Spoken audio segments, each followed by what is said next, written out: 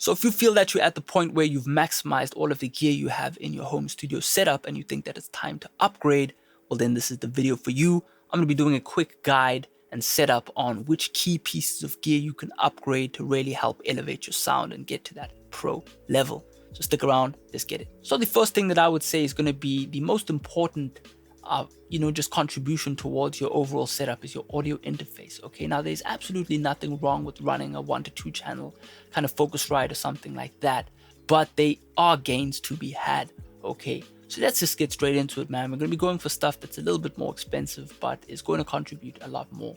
Okay, now the first underdog that we can speak on are the Motu interfaces. Okay, I've been running a Motu 16A for a while now, and I absolutely love the A to D, man. It just sounds really good. And Motu is one of those companies that people don't really speak on much, but they just have such a good, clean and crisp conversion process. Okay, the converters and interfaces are what contribute the most towards what you're hearing and then what you are capturing. Okay, if you have good, clean A to D, it means that you can mix a lot better later on down the line. Okay, it also means that you can hear things more clearly. Okay, there's nothing worse than mixing a track, listening to it on a different system and finding that maybe the highs are a little bit different or the mids just don't feel right.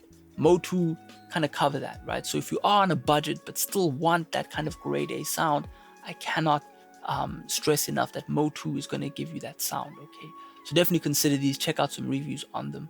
But if you really want to get a bit more kind of higher end, maybe you got some clients that you're trying to impress, then I would obviously say Universal Audio is probably going to be, the guys to kind of reach out to, right?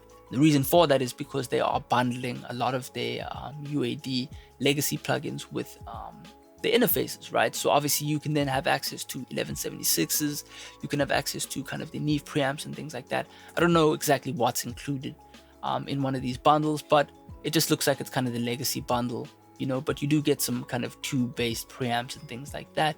But this is definitely a step up. The A to D is good, but in my opinion, Motu's still going to beat Universal Audio in A to D, right? So, it's up to you really. If you want extra plugins to mix with, then this is definitely an option, but Motu's going to be great for A to D. The Apollo stuff is good. A lot of pros are using it, so I can't say it's bad. But, in my opinion, Motu's just killing it in terms of that. Now, if you are really looking to get the best of both worlds, which is flexibility in terms of routing and things like that, RME is going to be another company that you can look out for. We're actually just in the process of upgrading our studio right now, and we're going to be switching to a RME Madiface, which is a 64 channel in and out USB interface, which is then going to connect to an Antelope Orion. So that's the way we're going to be getting about 50 channels of in and out. RME is going to be a great company for, just getting really high quality A to D, right? So if you are recording different clients and things like that, then you're going to get really great A to D in terms of the microphone inputs as well as monitoring and things like that. So RME is definitely a company that you can look out for. Again, they have different interfaces priced in different kind of categories. The Babyface Pro is something that's great as well. And I'm pretty sure these come with the breakout box, so you can still connect your, peripherals, speakers and things like that. But again, something like the UCX, my bad, is a great option as well. Really clean. I mean, people have just been talking about how damn good these sound in terms of the conversion, right? And you get a whole bunch of stuff, right, with it. So you get 4-line inputs. I'm pretty sure you have microphone inputs as well in the front. And, for under $2,000, this is a really good option. Again, you can check out Antelope as well. They do have the Discrete series. Again, the problem with Antelope is that at times they can be a little bit finicky. And if you're not a kind of tech wizard, you're going to have quite a few problems setting it up at times. RME is just no BS. That's why we're using our RME as the kind of main interface, and then we're pretty much slaving our Antelope device to it. So RME, I can't say enough good things about them. That's pretty much what I would recommend in terms of different interfaces. Again, if you do want to get really snobby with it and get some really crazy stuff, there are lots of high-end options out there. But, $3,000 is really the kind of top of what you're going to be paying for a decent interface. The Prism 8 is good, but again, you're paying for a few more channels that you may not need. So sometimes it's not worth it to purchase these things if you don't have outboard gear and things like that in mind. Okay, so definitely, just keep in mind how many channels you actually need. Again, something like this is going to be good. This is super high quality. If you are wanting to run a studio that's just recording vocals, something like a Prism is good.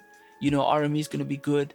There are many options out there. You know, the Neumann interface has been great. A lot of people on the forums have been raving about how good these are. You know, if you really want good ADD, you are going to be spending, you know, upwards of $1,500, you know, for something decent. Okay, so check these all out. They're good options. But yeah, that's pretty much what I would choose in terms of interfaces. On the microphone end of things, okay, if you have been using something like a, you know, $200 microphone, $150 microphone, okay, sure, it is time to upgrade a little bit. Maybe you've got your room right? You know, you want to capture, you know, more. The difference between different condenser microphones in terms of price is that it rarely comes down to, for example, right, I've got a U87, and you're able to EQ these microphones a little bit more than you are with the kind of lower end microphones, okay? And this is where mics like the, you know, TLM 103 come in, right? High quality, good price. $1,200 is a good price for a condenser microphone. If you really want to go all out, can't say that the U87 is a bad option, but you need your room right, okay? Otherwise, you're buying these microphones for nothing, because they are made to capture things as they are. So if your room is not nice and transparent, you're wasting your time, okay? So definitely don't just blow money without treating your room first, okay? But the 103 is a good option, I would say. I don't know, the C414, you know, is more of a drum mic in my opinion. So I would maybe skip this out. I do know Nipsey Hussle occasionally used this microphone. So if that means anything to you, you can check it out.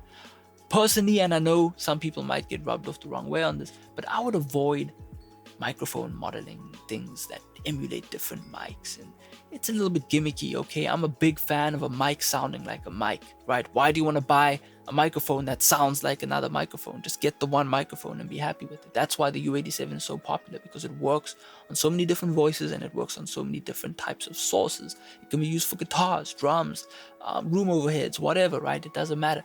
It's just a very versatile microphone. So I would recommend finding a mic you like first before going for like this kind of all-in-one thing. There's a reason why these are more cost-effective microphones, and why something like the U87 or the 103 that does one thing costs a bit more, right? Higher quality components. So my takes for this, you know, you want to get something like a, you know, warm audio is good, but again, you know, check out the higher end stuff. You know, the Neumann, the 103 is good. You know, you just can't go wrong with that. This is decent, but I would avoid, guys, if you are not a fan of bright microphones, I would avoid getting something like this 8000, which is emulating a C800G, which is a Sony microphone, which has a very hi-fi sound to it. And if you don't have a really great mic preamp and your vocalists sound good, you're going to have trouble dealing with this mic. You're going to find that you're doing a lot of de-essing, a lot of EQing, and pulling your hair out as you're working, you know what I mean? So definitely avoid that. Let's just check out what they have here in terms of high-end stuff. You know, you don't need something like this. You know, Chris Brown is known for using this mic a lot. Again, there you go. The C800 is right there. $10,000 is not a bad price. Now, again, microphone preamps are going to be an important part, right? They play an important key in a vocal chain, okay?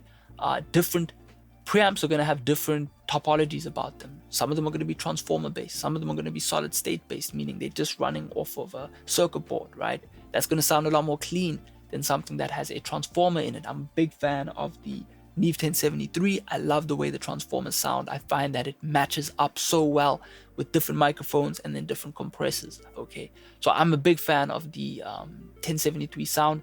If you can find anything that is a good clone of a 1073, if maybe you can't afford something like this preamp, then sure, get that, okay? There's nothing wrong with that. You know, I would, again, you know, be careful with getting, okay, cool, if you want to record drums and stuff, this is a good option. But again, as I say, be careful with what it is that you're looking to do. If you know that you're going to be recording singular vocals in a vocal booth day in and day out, a Neve is going to be a no-brainer, right? If you're recording drums, maybe look at a new option, right? SSL have just released this 4-channel preamp, right? UAD have got this kind of half FET, half tube preamp going. This has been out for a while, right? You know, you can get the warm. A lot of people love the warm. But for me personally, man, again, if you have clients and things like that, it's nice to have the real name brand on there. But there's nothing wrong with this right here. $800 plus a good quality mic. I swear, you are not going to be EQing as much, okay? There definitely is a difference in the way that your stuff will sound. All right, so I can't stress enough how important a compressor is in having a good vocal chain, okay? This is going to do two things, okay? It's going to, A, help impart some sort of nice tone to your overall vocal sound, but B, it's going to help just tame the vocals and make them sound, you know what I mean, a lot smoother once they're in the box. That way you're not finding yourself over compressing, you know, with different plugins and stuff like that. It is really nice to have it already baked in to the vocal. Again, you know, you need to be quite, you know, careful with doing this, because if you over compress a vocal take and you don't know what you're doing, you cannot undo that. Okay, so you want to make sure that you are, you know, knowledgeable before really getting into the game of compression, you know, because once it's in the box and it's not compressed, you can always just add it, but again, you can't take it out. Okay, so the different types of compressors that you can use, again, solid state, they are FET based compressors. Warm have just released a kind of CL1B clone. A lot of people have had opinions about it. But again, this is going to impart some sort of tube characteristic. So you want to find out what it is that you're looking for out of a vocal chain. Do you want your vocals to sound warmer? Do you want just the compression element, right? What is it that you're looking for? And, you know, there are lots of options out there, man. But personally, I would get something like the 1176. This is an interesting choice right here. And although it's not going to sound like the real thing perfectly, it is damn good, a damn good price to get this at, right? So I would try this out. It's not bad. Again, the Worms 1176 is not bad. The Distress is also not bad as well if you want transparent compression. So if you're just looking for that really nice compression, you know, with flexibility, because this has the flexibility to do so many things, right? You've got all these different modes on them. You can add in distortion and things like that. You know, you've got the options with this. So the Distressor is really just the kind of Swiss Army knife of all compressors, right? I would check it out. I still need to buy some Distressors, man. I don't know why I don't have one yet. But this is a good option. Again, these are good options if you're on a budget. If you really want to get more into the high-end stuff, you know, you want your studio to have that thing going on, the LA2A is not bad at all. If you've got the money to blow, you can get some of these secondhand as well if you are really looking for that. You know, CL1B again, right? We didn't really talk about that one. But if you are attracting clients and you want them to have that kind of buttery sound, there you go. That paired up with the C800G is like, you know what I mean, one of the most godly vocal chains that you can have. You know, again, Manly's going to be good as well, man, if you want a little bit of that kind of high-end compression. There is the Summit, I think it's is it the TLA or something like that? 100 is also a really good compressor that a lot of R&B engineers have been using over the years. Retro Instruments is going to make a nice box as well. This is the one I was talking about. You can get these secondhand for like 1,500, and really good options, man. But definitely take the time to just listen to the different tones and characteristics of different compressors and decide what you think will fit best in your room. Now, again, if you have treated your room, you know, it's time to get that nice monitoring. You know, you want your clients to be able to hear well, you want to be able to mix better, then you definitely want to upgrade your studio monitor game. Now, again, I use Focal, so I can vouch for them. Absolutely love the way the Focal sound. So we'll just take a listen or take a quick look at what Focal have on offer. Again, these are kind of the newer industry standard, okay? 3,000 a pop, so you need 2 of these, so you're looking at $6,000 for a set, okay? What else have they got here? These apparently have been pretty decent, but again, if you want something more full range, you definitely gonna want to get like the 6Bs or something like that. I'm rocking these. I've got the first gen ones, and I think they sound absolutely amazing. You can get these for $4,000, which is honestly a good deal. And these are just really transparent, so you want to make sure that your room is, you know, kind of well treated. These are also not bad at all, you know, but you need something that your clients are going to be able to listen to as well. But you also want something that you can work on and something that you feel comfortable, you know, sending music out once it's been mixed, you know. These are also really great. I've heard these before. And yeah, Focal are great, man. I mean, I can't really say that there's anything wrong with them. Again, a lot of people are actually using KLKs lately. I've seen a lot of pros using KLKs. KLKs are not bad speakers at all, regardless of the price. You know, you can look for something like the 8s if you have a slightly bigger room. You know, if you are a hip-hop guy, then having a sub is important. I've got a sub in my room, and, you know, definitely helps when mixing. But KLKs are definitely not bad speakers to have. If you take the time to learn them, you know, you get them on some nice stands. You know, you can't really go wrong. So KLK are a good option as well. Genelec, some people love and hate them. Many different speakers, man. But if you know, Neumann or something that I would have gotten if I didn't get the Focals. We have local suppliers in my country, so I got the Focals. But these are really great speakers to have as well. You can get them secondhand. But, you know, you're looking at 2,500 a pop.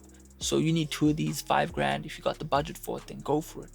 But in my opinion, those are the things that I would invest in if I was going to be upgrading my home studio setup, okay, to really get to that level. A lot of people are mixing in the box, so you can skip all of the crazy outboard gear. It is a personal preference.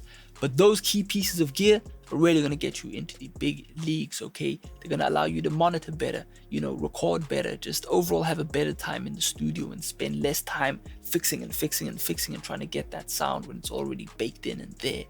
You know, and having good monitoring is just going to help you to make those few key changes and get that mix sounding good. So hopefully you enjoyed this video.